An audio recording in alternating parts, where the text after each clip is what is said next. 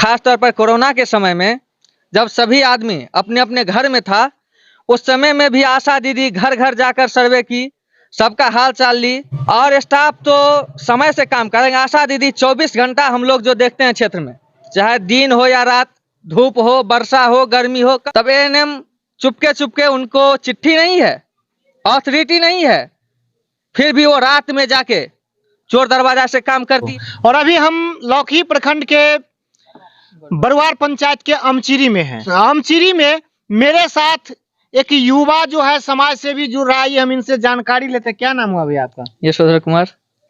यशोधर जी, बताएंगे आशा लोग जो आशा दीदी सब जो हड़ताल कर रही है, इसको लेकर के आप क्या कहेंगे? देखिए, आशा दीदी जो है स्वास्थ्य विभाग का एक अहम अदाकार है, जो इस स्वास्थ्य विभाग के कार्यक्रम में लगातार 2005 से देख रहे हैं। खास तौर पर कोरोना के समय में जब सभी आदमी अपने अपने घर में था, उस समय में भी आशा दीदी घर घर जाकर सर्वे की, सबका हाल चाल ली, कौन आदमी कहाँ से आया, कहाँ है, उसको किस क्षेत्र में रखना है, सब काम की। घर घर जाके टीका लगवाई, कोरोना का क्वारंटाइन सेंटर में रखवाई, उसका ख्याल रखी, और सरकार आज उसको अनदेखी कर रहा है।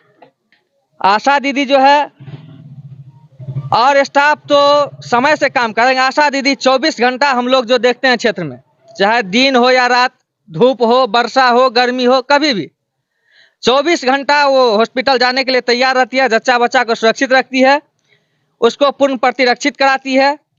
जब से जन्म लेती है तो 5 साल तक उसको प्रत्येक टीका समय से लगवाना, घर घर जाकर गर्भवती महिला को आयरन, कैल्शियम, जो चीज आवश्यकता हो उसको पूर्ति करना, बांध्याकरण करवाना, उसके बाद माता बैठक करना, शिशु मृत्यु पर ध्यान देना। और आज आशा दीदी के वजह से ही जो मातृ मृत्यु दर और शिशु मृत्यु दर में कमी आई है, इस सबसे अथक प्रयास आशा दीदी का है, जिस वजह से आज हमारा समाज खुशहाल है। हमारे ख्याल से सरकार को इस पर संज्ञान लेना चाहिए।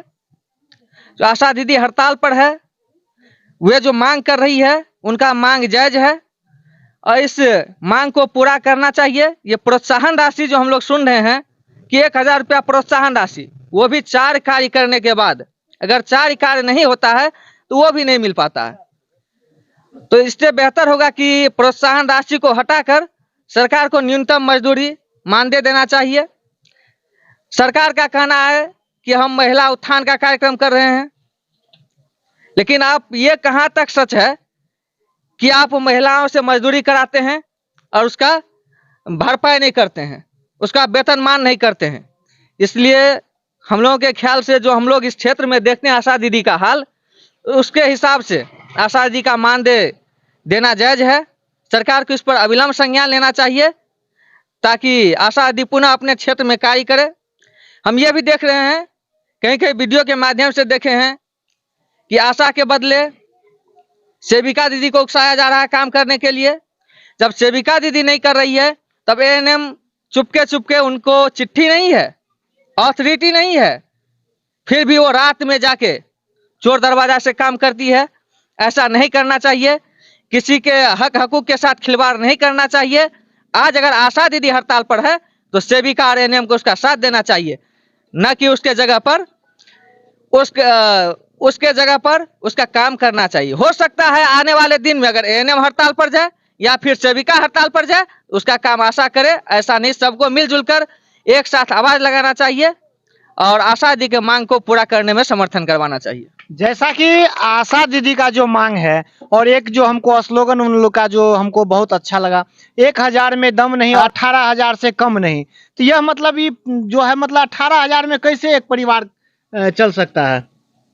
देखिए, सरकार का जो प्रोपगेंडा है न्यूनतम मजदूरी 18,000, हम तो उतना नहीं जानते, फिर भी हम बता रहे हैं जो हम सुने हैं। जो न्यूनतम मजदूरी भत्ता बनता है 18,000, तो इसलिए 1000, वो तो 1000 आप दे नहीं रहे हैं, प्रोत्साहन राशि के रूप में आप दे रहे हैं। आप एक डिलीवरी के लिए एक आशा दीदी को आप 300 रुपया दिलाते हैं, 600 से कट करके 300, 600 मिलता है। लेकिन 600 मिलता है उसको कड़ी दर कड़ी कि अगर गर्भवती को अगर 2 टीटी लगा तो 100 रुपया। अगर 180 आयरन की गोली खाई तो 100 रुपया। उसके बाद 4 बार जाके चेक कराई तो 100 रुपया। उस 600 का आप 4 भाग में बांट दिए। ग्रामीण क्षेत्र में इतना कुछ करने के बावजूद भी महिला 180 आयरन का गोली नहीं खा पाती है। या तो कहीं न कहीं उसको आर्थिक मजबूरी है, या कहीं सरकार उसको पूरा नहीं कर पाता है, जिस वजह से नहीं खा पाता है। तो 100 रुपया आपका वहीं कट गया। और स्वास्थ्य केंद्र दूर होने के चलते गर्भवती महिला हॉस्पिटल नहीं जा पाती है 4 बार, तो 100 रुपया वहां आपका कट हो गया।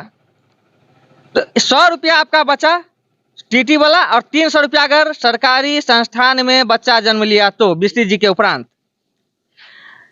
तो इसलिए ये सब जो है प्रोत्साहन राशि जो देता है सरकार, तो 2 से 3 हजार 5 हजार तक ज्यादा आशा का जो है सब काम खत्म। यदि बिहार का जो स्वास्थ्य मंत्री यूं कहे तो डिप्टी सीएम यदि आपको देख रहा हो और आप यह जो इस तरह का स्पीच दे रहे हैं, तो उनके लिए आप क्या कहना चाहेंगे? स्वास्थ्य मंत्री को इस पर संज्ञान लेना चाहिए। वो स्वास्थ्य मंत्री बनकर आए हैं। सबों को उम्मीद था कि तेजस्वी यादव अगर सरकार में आते हैं तो सभी जो भी महिलाएं हैं, जो भी आशा बहनें हैं, उनको एक उम्मीद का किरण जगा था कि अब हम लोगों का वेतनमान जारी होगा। लेकिन जिस तरह से ये कर रहे हैं, तो हो न हो कि आने वाले दिनों में उनके प्रति भी अलोकप्रियता बढ़ने लगे।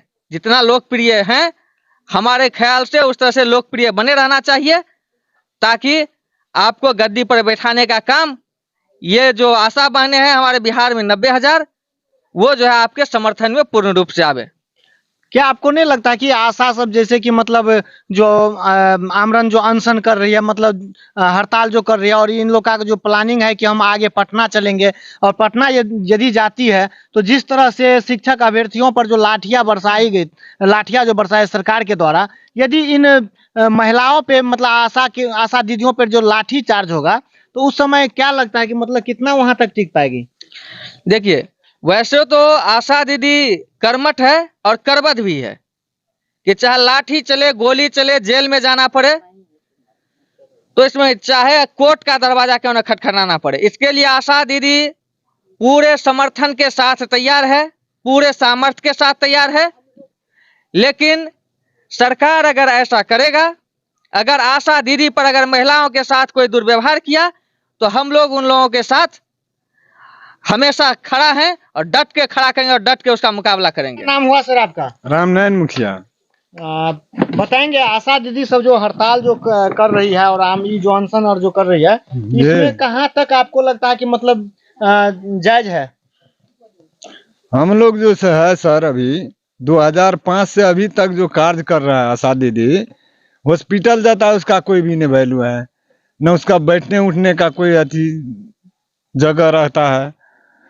और डिलीवरी आप हॉस्पिटल विजिट किए हैं? सरकार जो बड़े बड़े ढिंढोरा पीट रहे हैं कि मतलब जो है मतलब हॉस्पिटल को हम पूरे जो है व्यवस्थित ढंग से सजाए हुए हैं, तो फिर आशा दीदियों के लिए आप जो बोल रहे हैं कि बैठने का व्यवस्था नहीं है? नहीं, कोई व्यवस्था नहीं है।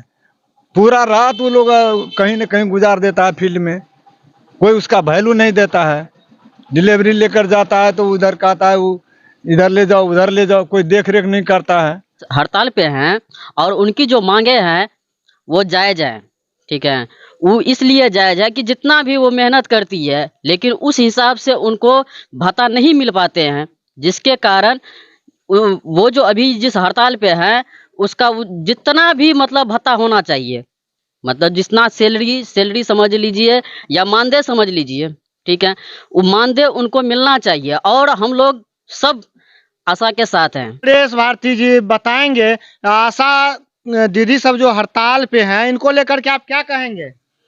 इन लोग देखिए सर, सबसे पहले मैं आपको जीवेश न्यूज को अपने दिल से नमस्कार करना चाहता हूं, साथ में आपको भी। आप अपना कीमती समय निकाल करके हम लोग के बीच में आए हैं, इसलिए आपको बहुत बहुत धन्यवाद। देखिए सर, आशा दीदी सब जितना मेहनत कर रहे हैं ना, उस हिसाब से इन लोग को कुछ नहीं, पेट भी नहीं भरेगा। महीना कितना मिल जाए जिससे आशा दीदी का पेट बढ़िया से भर जाए? वही कम से कम 20-25 हजार मिलेगा, तभी तो पेट भरेगा। हम लोग देखते हैं अभी मजदूरी जो ईंटा ढोता है उसको 400 रुपये दिहाड़ी मिलता है, लेकिन ये लोग देखिए भर दिन हॉस्पिटल के चक्कर में रहते हैं और एक प्रसव को लेकर के जाते हैं तो 2 दिन 4 दिन लग जाता है उसको होने में, फिर भी भूखे प्यासे हॉस्पिटल में अपना कीमती समय व्यतीत करते हैं। फिर आशा दीदी का बहुत का जो है सो घर में बच्चा रहता है छोटा छोटा, उसको भी त्याग करके हॉस्पिटल में रहना पड़ता है। लेकिन सरकार से मैं यही कहना चाहता हूँ कि आप बहुत जरूर इस बात को सुने और यथासंभव रखे कि इन लोग को मांग को पूरी करे, ताकि इन लोग को भी हौसला बुलंद हो।